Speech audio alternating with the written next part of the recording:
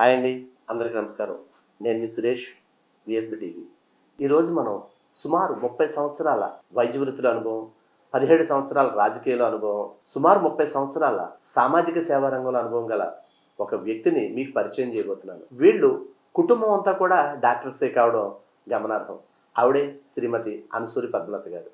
వారిని అడిగి మరిన్ని వివరాలు తెలుసుకునే ప్రయత్నం చేద్దాం. మేడం నమస్తే అండి. నమస్కారం సురేష్ గారు. ముందుగా విఎస్బి ఛానల్ ప్రేక్షకులకు నమస్కారం. ఈరోజు మా ప్రేక్షకులకి మీపై ఉన్న సందేహాలు కావచ్చు, మీ గురించి తెలుసుకోవాల్సిన అవసరం కూడా కావచ్చు, కొన్ని ప్రశ్నలు మేము మిమ్మల్ని అడగడం జరుగుతుంది. మా ప్రేక్షకుల కోసం సరదాగా సమాధానం చెప్పండి. తప్పకుండా సురేష్ గారు. ఇందులో ప్రధానంగా ఏమిటంటే మీ కుటుంబ నేపథ్యం అసలు ఏంటి, మీ కుటుంబ నేపథ్యం ఏంటనేది మా ప్రేక్షకుల కోసం తెలియజేయండి. మా తండ్రి గారైనటువంటి స్వర్గీయ బొక్క సూర్యారావు గారు గ్రామ పంచాయతీ ఎక్స్టెన్షన్ ఆఫీసర్గా రిటైర్ అయ్యారు. అలాగే మా అమ్మగారు గృహిణి శ్రీమతి వీరరాఘవమ్మ గారు. నా భర్త డాక్టర్ అనసూరి శ్రీనివాసులు. ఇద్దరు పిల్లలు నాకు, doctor Priyanka, doctor Sandeep. Okay madam, మీ అల్లుడు గారు కూడా డాక్టర్ అని తెలిసింది. ఓకే, ఇంకొకటి ఏంటంటే శ్రీలత లేకపోతే శ్రీలత, ఈ లాజిక్ ఏంటి? ఇట్ ఈస్ శ్రీలత అండి. అదొక వర్డ్, రెండుగా విడదీసి రెండు పదాలు అయితే కాదు. మా హస్బెండ్ పేరు శ్రీనివాసులు అవ్వడం, ఆయన పేరులో మొదటి లెటర్ని శ్రీని, నా పేరు పద్మలతలో లతని కలిపి శ్రీలతగా ఆయన హాస్పిటల్ పేరు డిజైన్ చేసినప్పుడు నిజంగా చాలా ఆశ్చర్యం వేసింది. మేము చాలా పేర్లు వెరిఫై చేసాం, కానీ శ్రీలత ఇలా కుదురుతుంది, అంత సాఫ్ట్గా ఉంటుంది, పలకడానికి క్యాచీగా ఉంటుంది అని ఊహించలేదు. అది అనుకోకుండా జరిగిన వండర్. ఎవరు కోరుకోలేదు, మేము ఎవరు అలా ఉండాలి అని, నా పేరు ఉండాలని కూడా అనుకోలేదు ఎవరు కూడా, నేను కానీ మా ఇంట్లో వాళ్ళు కానీ. అలానే మీ ఇంట్లో మీ అమ్మాయి డాక్టరు, మీ అబ్బాయి డాక్టరు, మీ అల్లుడు డాక్టరు, మీ హస్బెండ్ డాక్టరు, మీరు డాక్టరు, ఇంతమంది డాక్టర్లు సామాజిక సేవ కూడా చేయడానికి ఎంతవరకు సిద్ధంగా ఉంటారు? ఇది నిజమేనా? నేను డాక్టర్ అవడంతో ఒక డాక్టర్ని ఇచ్చి చేస్తే బాగుంటుందని నన్ను మా ఇంట్లో డాక్టర్ గారికి ఇచ్చి పెళ్లి చేశారు. అయితే నేను ఐఏఎస్కి వెళ్దాం అనుకునేదాన్ని. అయితే ఐఏఎస్ రాకపోతే చాలా అప్సెట్ అవ్వాల్సి వస్తుంది అని చెప్పి నా చిన్నప్పుడు విన్నాను నేను. సో అలాంటి ప్రాబ్లం రాకుండా ఒక డాక్టర్ అయిన తర్వాత ఐఏఎస్కి వెళ్దాం అనుకుని నేను ఎంబీబీఎస్ అయిపోయిన తర్వాత ఐఏఎస్ కూడా బుక్స్ కొనుక్కోవడం జరిగింది. అయితే మా హస్బెండ్ చాలా వండర్ఫుల్ డాక్టర్. అంటే ఫ్యామిలీ మెంబర్స్ గురించి చెప్పుకోకూడదు, కానీ ఒక డాక్టర్గా ఐ రియల్లీ అలాంటి డాక్టర్నే నేను చూడలేదు అసలు. అలాంటి డాక్టర్ సర్వీసెస్ నేను సివిల్స్కి వెళితే మళ్ళీ ఒక రాష్ట్రమే మారిపోవాల్సి వస్తుంది. ఆయన చేయాలనుకున్నది ఆ సర్వీస్ తప్పకుండా ప్రజలకు అందదని చెప్పేసి నేను నా ఆలోచనని విరమించుకొని ఆ బుక్స్ని సునీత బుక్ స్టోర్ కాకినాడలో కొనుక్కున్నానండి. ఇప్పటికీ వెళ్తే గుర్తొస్తుంది. నా సివిల్స్ అనే ఒక మోటోని నేను పక్కన పెట్టి నేను ఆయనకి ఒక అడ్మైరర్గా కావచ్చు, వైఫ్గా కంటే ఒక అడ్మైరర్గా, ఒక రోల్ మోడల్గా తీసుకొని I gave up my PG preparation also. ఒక టైంలో ఎంబీబీఎస్తోనే ఉండిపోయి ఆయనకి నేను హెల్ప్గా ఉండిపోయి అసిస్టెంట్ డాక్టర్గా కూడా నేను ఇద్దరం కలిపి హాస్పిటల్ రన్ చేసిన రోజులు ఉన్నాయన్నమాట. అసలు మీ రాజకీయ రంగ ప్రవేశం ఎలా జరిగింది? మీ రాజకీయ రంగ ప్రవేశం వెనక మీకు స్ఫూర్తి ఎవరు? నాకైతే స్ఫూర్తి మా నాన్నగారే. ఎందుకంటే ఆయన ప్రత్యక్ష రాజకీయాల్లోకి లేరు, కానీ నాకు ఊహ వచ్చిన రోజుల్లోనే, అంటే మేబీ 6th 5th ఉండగా పిల్లి అప్పారావు గారు అనే ఒక ఇండిపెండెంట్ అభ్యర్థిగా రామచంద్రపురం నుంచి ఎమ్మెల్యేగా చేయడంలో మా నాన్నగారు కీలకమైన పాత్ర వహించారు. నాకు ఎప్పటికీ గుర్తు. వారు ఎమ్మెల్యే అయిన తర్వాత నేను వారితో శ్రీకాకుళం వరకు ట్రైన్లో కూడా ట్రావెల్ చేయడం జరిగింది పిల్లి అప్పారావు గారితో. అది నాకు మొదటి పొలిటికల్ ఎక్స్పోజర్ అనమాట.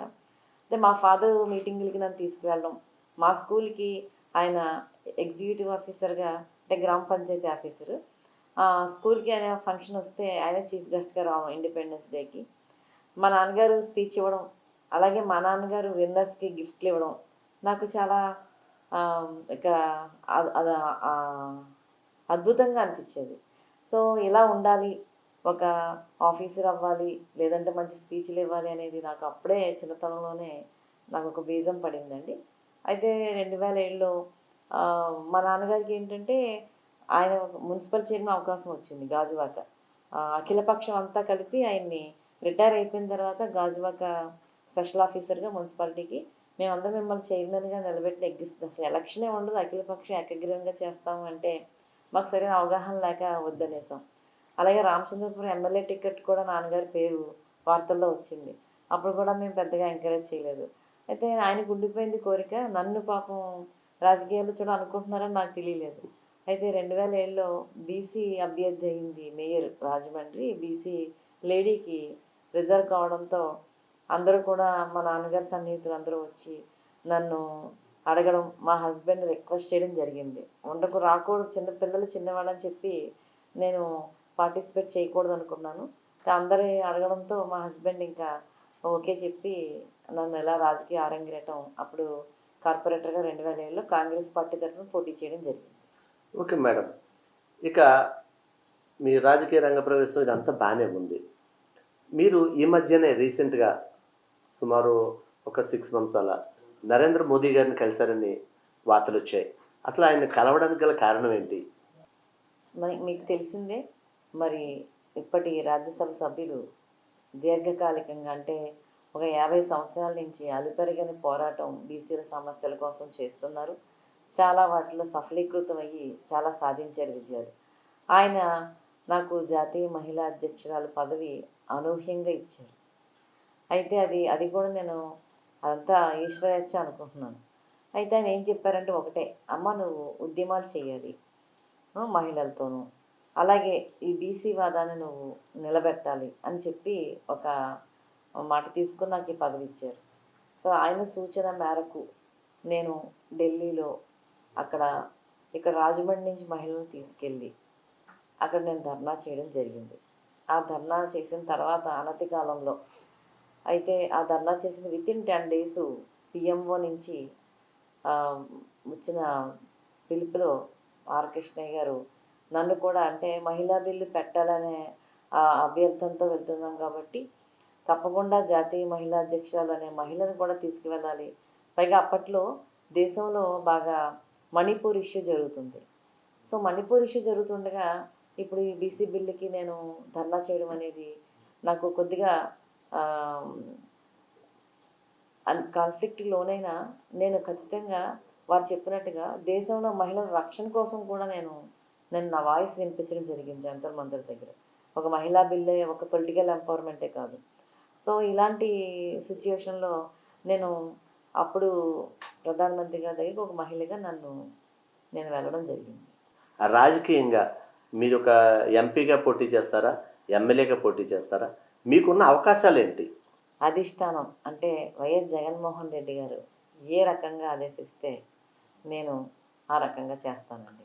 ఓకే మేడం, ఇక్కడ మీకోసం పబ్లిక్లో మీ నాయకులు కావచ్చు, మరెవరైనా కావచ్చు, మీకు క్యాడర్ అనేది లేదని చెప్పేసి ఒక ప్రచారం చేస్తున్నారు. దీనిపై మీ స్పందన? అసలు క్యాడర్ అంటే ఏమిటండి? ఒక పదవి ఉన్న నాయకుడి దగ్గరికి, అది పార్టీ పదవి ఉన్న నాయకుడి దగ్గరికి ఆ పార్టీలో ఉన్న వాళ్ళు కార్యకర్తలు కానివ్వండి, నాయకులు కానీ, మిగతా సెకండ్ క్యాడర్ నాయకులు కానీ వెళుతూ ఉంటారు. ఏంటంటే ఆ వ్యక్తికి ఉన్న ఆ పార్టీ ఇచ్చిన పదవి, అది నామినేటెడ్ కావచ్చు లేదా గెలిచింది కావచ్చు, వెళుతూ ఉంటారు.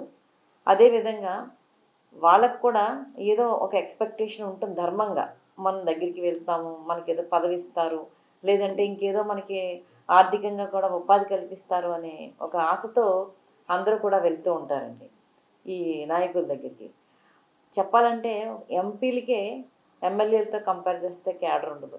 ఎందుకంటే వాళ్ళ యొక్క ప్లేస్మెంట్ పార్లమెంట్లో కాబట్టి, క్షేత్రస్థాయిలో ఉండదు కాబట్టి, స్టేట్ పాలిటిక్స్లో కానీ స్టేట్ అడ్మినిస్ట్రేషన్లో కానీ ఎంపీలకి రోల్ ఉండదు కాబట్టి వారికే క్యాడర్ ఉండదు. ఇప్పుడు నేను వైద్య వృత్తి చేసుకుంటూ నాకు వీలున్న టైంలో పాలిటిక్స్లోకి వెళ్ళాను. ఒక పేషెంట్స్ వచ్చినప్పుడు నేను కాదని లేకుండా పేషెంట్స్ని చూసుకుంటూ వారికి వృత్తికి న్యాయం చేస్తూ నాకు వీలున్న టైంలో నేను వెళ్ళేదాన్ని. అలాంటప్పుడు ఒక క్యాడర్ అని చెప్పేసి నేను 10 మందిని వెయిట్ చేయించి వాళ్ళందరినీ అప్సెట్ చేయడం అనేది ఎంతవరకు భావ్యం? అండ్ మోరోవర్ ఏంటంటే ఒక నాయకుడు, ఒక ఎమ్మెల్యే కానీ కోఆర్డినేటర్ కానీ సిటీలో ఉండగా మళ్ళీ ఇంకొకళ్ళు ఒక మహిళా నాయకురాలిగా కొంతమంది క్యాడర్ని నేను మెయింటైన్ చేస్తే అది పార్టీకి ఏ రకమైన సంకేతాలు వెళ్తాయి, నాకు కూడా వచ్చిన వాళ్ళకి ఇప్పుడున్న నాయకులు వాళ్ళ భవిష్యత్తులో వాళ్ళ భవిష్యత్తుని వాళ్ళు చూస్తారా బాగా అనేది కూడా ఒక ప్రశ్న. అందుకే నేను ఎవరి భవిష్యత్తుని నేను శాసించకూడదు. వారి భవిష్యత్తు బాగుండాలి, నా పార్టీలో ఉన్న వారి కార్యకర్తల భవిష్యత్తు బాగుండాలి అంటే ఎవరైతే పవరు పార్టీ ఎవరికైతే పగ్గాలు ఇచ్చిందో వాళ్ళ ఆఫీస్కే వెళ్ళాలని చెప్పి నేను కోరుకున్నాను. ఇప్పుడు ముఖ్యమంత్రి జగన్మోహన్ రెడ్డి గారు మీకు ఒక బాధ్యత అనేది అప్పగించారు. ఆ బాధ్యత ఏంటి? దానిలో మీరు ఎంతవరకు సక్సెస్ అయ్యారని చెప్పగలరు? నాకు రీసెంట్గా 3 months బ్యాక్ జిల్లా వైద్య విభాగం అధ్యక్షురాల పదవిని మన జక్కంపూడి రాజాబాబు సిఫార్సుతో జగన్మోహన్ రెడ్డి గారు నాకు ఇవ్వడం జరిగింది. ఇది నిజంగా మరి కాకతాళీయమో ఏమిటో తెలియదు కానీ అసలు అది ఇచ్చిన 1 monthకి జగనన్న ఆరోగ్య సురక్ష అనే ప్రోగ్రామ్ అంటే ముందే డిజైన్ చేయబడి ఉంటుంది. 1 monthలో అది అనౌన్స్ చేయడం వితిన్ 1 month నాకు ఎంత అంటే 2 చేతుల వర్క్ అనమాట.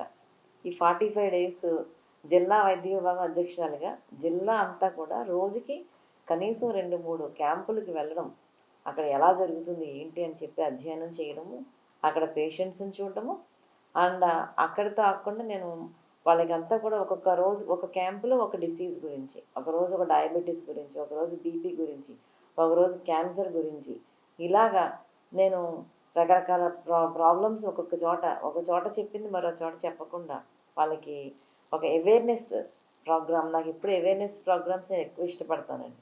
ఎందుకంటే వ్యాధి రాకుండా ముందు చెప్పడం అనేది prevention is better than cure. Jaganmohan Reddy గారు కూడా ఆ ప్రివెంటివ్ స్ట్రాటజీతోనే ఈ జగనన్న ఆరోగ్య సురక్ష పెట్టారు. సో ఇవి చెప్తూ మళ్ళీ అలాగే సంక్షేమ పథకాలు కూడా కేవలం ఆరోగ్యశ్రీ ఆరోగ్య రక్ష డిసీజెస్ గురించి కాకుండా సంక్షేమ పథకాలని కూడా వాళ్ళ హృదయాలకి బాగా రీచ్ అయ్యే విధంగా నేను చెప్పగలిగానండి. రాజకీయాలకు సంబంధించి మీ బీసీ సామాజిక వర్గం నుండే మీకు అంటే పోటీ చేయడానికి అవకాశం లేకుండా కొంతమంది చేస్తున్నారు అనేది ఒక ప్రచారం జరుగుతుంది. అది ఎంతవరకు నిజం? ఇది ప్రూఫ్ అనేది ఎప్పుడు కూడా మనం కొన్ని విషయాలకి ఇవ్వలేమండి. అయితే అడ్డుపడిన వాళ్ళ విజ్ఞతకు వదిలేస్తాను. ఎందుకంటే నాకు అవకాశాలు వచ్చినాయి, ఎందుకు అనేది వారి విజ్ఞతకు వదిలేస్తాను అంతే.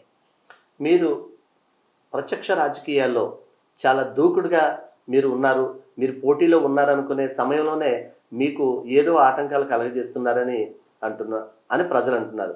మీరేంటంటే వాళ్ళ విజ్ఞతకి వదిలేస్తారంటున్నారు. రానున్న రోజుల్లో మీ భవిష్యత్ కార్యాచరణ ఏ విధంగా ఉండబోతుంది? నేను ఖచ్చితంగా జగన్మోహన్ రెడ్డి గారు నేను పార్టీలో కష్టపడి పనిచేస్తున్నాను. ఎందుకంటే వచ్చినప్పటి నుంచి కూడా కోవిడ్లో కూడా నేను ఒకటే అనుకున్నాను, నేను పార్టీకి క్షేత్రస్థాయిలో చేయడం వీలు కాదు. ఈ లాక్డౌన్ కానీ కోవిడ్ కానీ, ఈ కోవిడ్ నేపథ్యంలో ఒక డాక్టర్గా ఎంతమంది క్యాడర్, ముఖ్యంగా పార్టీలో క్యాడర్ వస్తే ఎమ్మెల్యేలు రిఫర్ చేసేవారు. ఈ 7 నియోజకవర్గాల నుంచే కాకుండా ఉమ్మడి తూర్పుగోదావరి జిల్లా నుంచి ఎక్కడి నుంచో కూడా పార్టీకి చెందిన వాళ్ళు రిఫర్ చేసేవాళ్ళు. అన్ని పార్టీకి చెందిన వాళ్ళకు, ఒక్క వైఎస్ఆర్సీపీ అనే కాదండి. ముఖ్యంగా వైఎస్ఆర్సీపీలో ఈ ఆరోగ్యశ్రీ అనేది కోవిడ్లో ఇవ్వడం అనేది నిజంగా నా భూతో నా భవిష్యత్తు. నేను కోవిడ్లో ఎన్నో కేసులు ఫ్రీగా చేసి పెట్టానండి ఆరోగ్యశ్రీ తరఫున. సో నాకు ఈ రకంగా చేయడమే నేను సర్వీస్ టు వైఎస్ఆర్సీపీ అనుకుని చేశాను. మాకు ఆ విధంగా చేయడం వల్ల కోవిడ్లో కలెక్టర్గా చేసిన సర్వేలో మన తూర్పుగోదావరి జిల్లా అంటే ఇప్పుడు విడిపోయింది కాదు, ఉమ్మడి తూర్పుగోదావరి జిల్లాలో ఫస్ట్ ర్యాంక్ వచ్చిందండి. సో మనం ఫలితాన్ని ఆశించకుండా కర్మని ఆచరించడానికి అనే సిద్ధాంతాన్ని నేను నమ్ముతున్నాను. వైఎస్ఆర్సీపీ పార్టీలో కూడా నాకు అవకాశాలు వచ్చినా అవి ఒకవేళ అవి వర్కౌట్ అవ్వకపోయినా సరే నేను ఎప్పుడూ కూడా డిసప్పాయింట్ అవ్వకుండా నేను ఒక కార్యకర్తలాగే పనిచేసిన రోజులు ఉన్నాయి. ఖచ్చితంగా జగన్మోహన్ రెడ్డి గారు నాలో ఈ అంశాన్ని గుర్తించి తగిన అవకాశం ఇస్తారని చెప్పి ఆశాభావంతో ఉన్నాను. బయట ప్రచారం ఒక విధంగా చూసినట్టయితే అనసూరి పద్మనాథ గారు కోఆర్డినేటర్గా ట్రై చేశారు, ఆవిడకి ఇవ్వలేదు. మళ్ళీ ఎమ్మెల్యే సీట్ అన్నారు, ఇవ్వలేదు. ఎంపీ సీట్ అన్నారు, ఇవ్వలేదు. ఇవ్వలేదా? స్ట్రైట్గా చెప్పండి. ఎందుకంటే మా ప్రేక్షకులకు ఉన్న ప్రశ్న ఇది. వాళ్ళు ఇస్తాననడం మాట ఒకానొక టైంలో మీకు కోఆర్డినేటర్ ఇస్తాననడం వాస్తవం. ఇస్తారు అనసూయ పద్మనాథ్ గారు ప్రచారం జరిగింది. తర్వాత రాజమండ్రి సిటీ ఎమ్మెల్యే అని చెప్పేసి ప్రచారం జరిగింది. మళ్ళీ ఎంపీ క్యాండిడేట్ మీరే అని చెప్పేసి ప్రచారం జరిగింది. ఇక్కడ యాదృచ్ఛికంగా జరిగిందా? కావాలని ఎవరైనా చేస్తున్నారా? నాకైతే కోఆర్డినేటర్ విషయంలో అయితే అధిష్టానం ఆలోచించింది అనేది వాస్తవం. ఎందుకంటే పెద్దవాళ్ళతో సంబంధించిన విషయంలో మనం లేనివి ఎప్పుడు క్రియేట్ చేయకూడదు. నేనైతే నా యాక్సెప్టెన్స్ని తెలియజేశాను. 21లోనే కోఆర్డినేటర్ ప్రపోజల్ అండ్ 24లో అర్బన్ ఎమ్మెల్యేగా పోటీ చేసే ఇంట్రెస్ట్ ఉందా అంటే నేను ఎస్ అని చెప్పాను. అన్ని విధాలుగా నేను సిద్ధంగా ఉన్నానని చెప్పాను. అయితే చాలా కాలం కోఆర్డినేటర్ రేసులో నా పేరు ముందుండడం కూడా అందరికీ తెలిసిన విషయం. పార్టీలో తెలుసు, మీడియా వారికి తెలుసు, అందరికీ తెలుసు. అయితే ఎందుకు మరి ఆగింది అనేది ఇంక నేను పార్టీ నిర్ణయాన్ని నేనేమి మాట్లాడలేను. అయినా సరే నేను ఏ రోజు అప్సెట్ అవ్వలేదండి. నా పని నేను చేసుకు వెళ్ళాను. నాకు పని చేయడానికి అవకాశం ఇవ్వమని చెప్పి నేను అర్జీ చేసిన రోజులు ఉన్నాయి. ఎందుకంటే నేను చేద్దాం అనుకుంటున్నాను ఫుల్ టైము అని చెప్పి నేను ఐ అర్జీ like anything to give me an opportunity work in the party. అంటే ఒక పదవి కోసమే కాదు, పదవి కాకపోయినా గడప గడప ప్రోగ్రామ్ ఉంది. ఒక పదవి కాదు, అది ఇట్స్ ఎ రెస్పాన్సిబిలిటీ. నేను ఆ రెస్పాన్సిబిలిటీ కోసం ఒక రిక్వెస్ట్ చేసిన నాకు అవకాశం ఇవ్వండి ఒక వార్డులో అని చెప్పి రోజులు కూడా ఉన్నాయి. అయితే ఇప్పుడు 2024 ఎన్నికల్లో అనసూయ పద్మలత ఒక డిఫరెంట్ స్కెచ్తో, డిఫరెంట్ ప్లానింగ్తో, డిఫరెంట్ యాటిట్యూడ్తో ముందుకు వెళ్ళబోతున్నారు అని చెప్పేసి ఒక విస్తృత ప్రచారం జరుగుతుంది. దీనిపై మీ వివరణ? స్ట్రాటజీ అంటే ఏమీ లేదండి. నాకు తెలిసిన ఒకటే ఒక స్ట్రాటజీ. నాకు భగవద్గీత చిన్నప్పుడు చదివాను. శ్రీకృష్ణుడు చెప్పాడు, perform your duty without expecting the result. నేను అదే అప్లై చేశాను వైఎస్ఆర్సీపీలోకి వచ్చిన తర్వాత. అందుకనే నేను అది ఒక స్ట్రాటజీ కాదు, ఇట్స్ ఎ ఫార్ములా. ఖచ్చితంగా మాకు రాజు మరి వైఎస్ఆర్సీపీకి మరి జగన్మోహన్ రెడ్డి గారి కాబట్టి ఆయన కష్టపడిన వాళ్ళకి అవకాశాలు అన్నారు. అలాగే మహిళలకి అర్ధభాగం అన్నారు, బీసీలకి పెద్దపేట అన్నారు. ఈ 3 కేటగిరీస్లోనూ మోరోవర్ నేను ఒక ప్రొఫెషనల్ని. సో నేను ఫిట్ అవుతున్నాను కాబట్టి ఖచ్చితంగా జగన్మోహన్ రెడ్డి గారు ఏ అంశాలను దృష్టిలో పెట్టుకుని ఇస్తారని ఒక ఓన్లీ ఆ స్ట్రాటజీతోనే నేను ఆలోచిస్తున్నాను. రానున్న రోజుల్లో జగన్ గారు మీకు ఒకవేళ మంచి అవకాశం ఇస్తే బీసీలకు మీరు ఏ విధంగా ఒక మంచి చేయబోతున్నారు, అందులోని మహిళలకు? అట్ ద సేమ్ టైం మీరే చెప్పారు ఇప్పుడే ఏమని, జగన్ గారు మహిళలకు అర్ధభాగం అన్నారు, బీసీలకి మంచి అవకాశాలు ఇస్తారన్నారు. ఆయన అదే దృష్టితో మీకు అవకాశం ఇస్తే మహిళలకు మీరు ఏం చేయబోతున్నారు? ఖచ్చితంగానండి. నాకు ఒక మహిళగా అవకాశం ఇస్తే మహిళలకి ఎన్నో అంశాలు ఉన్నాయండి. ఒక పొలిటికల్ ఎంపవర్మెంటే కాదు, ఇప్పటికి చాలా వరకు వైఎస్ఆర్సీపీ సాచ్యురేషన్ పద్ధతిలో మహిళలందరినీ అన్ని రకాలుగా ఎంపవర్ చేసింది. బట్ స్టిల్ ఇంకా పొలిటికల్గా ముఖ్యంగా మహిళలకి 50% దాటిచ్చారు ఆయన.